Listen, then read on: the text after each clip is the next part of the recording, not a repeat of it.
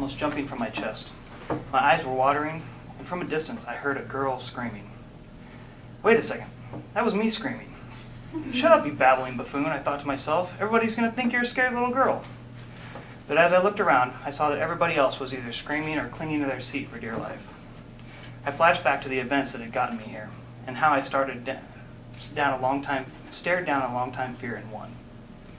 I was a typical egotistical 21-year-old male who took pride in not being afraid of anything. I proved this mostly by avoiding anything that I thought might scare me. I had one dark secret, though, which I never told anyone. I was terrified of roller coasters. When I was 8, my family went on a trip to Lagoon, a theme park in Utah. While we were there, my dad took me on a very large roller coaster. I had a very bad feeling about this as soon as we boarded. First off, the bar wouldn't lock, and that was bad. And it just flopped around. Secondly, as we gained speed, the air around me started to push me down and hold me down. I couldn't breathe, I couldn't move, but finally my dad noticed what was happening and pulled me up. While all this was going on, the bar still wouldn't lock, and I was very, very afraid I would just fall out. Luckily, that ride ended without further incident, and it didn't last very long, and the nightmare was short-lived. That is where the fear of these colossal machines came from. They lay there in the pit of my stomach and refused to leave. Later in life, my family decided to take a trip to Disney World. We arrived with more stress and drama than we knew what to do with, and frankly, the trip started out to be a drag. What kind of adult wants to go hang out with fake giant animals? I found myself wondering if I should be worried about the grown person who was willing to wear a Donald Duck costume for 10 hours a day.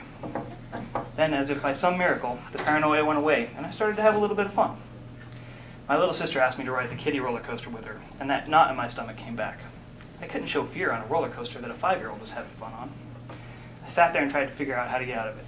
So I told her it was beneath me, and it was very juvenile. She called my bluff, and 5 minutes later I was strapped into a car shaped like a log, heading into a black tunnel. If you're anticipating that I'm going to tell you that everything went smoothly, and it cured my fear of roller coasters, you're very wrong. If my sister had not been in that car, I would have screamed like a little girl, but I managed to keep that scream inside of me and finish the ride. By this time I was done. Roller coasters and me were done. I vowed never to do it again.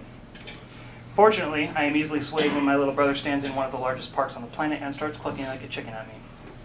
That is when my story really starts. 1,000 stories in the air, strapped to an archaic train by a stupid metal bar, while it hurtles to the ground.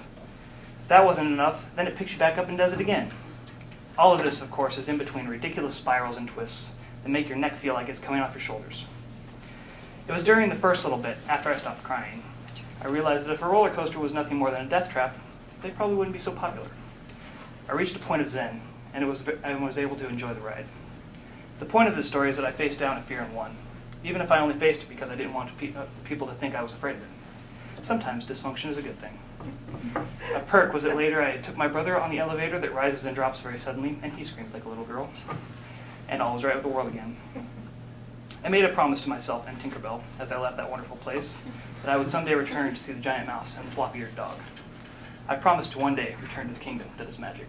Oh, cute! Good.